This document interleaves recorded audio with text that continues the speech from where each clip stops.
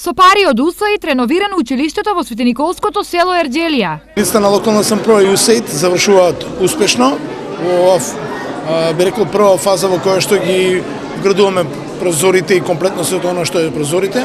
Посебна благодарност до господинот Ван Сикл што денеска заедно го пуштивме во употреба објектот. Средствата се дел од проектот меѓуетничка интеграција во образованието кој се реализира во 7 училишта во државата. And we provide renovations to the schools that participate in the project. Негова основна цел е да се интегрираат децата од различна етничка од различно етничко потекло преку образование и нивните активности. In public settings at the youngest age to build the future of Macedonia.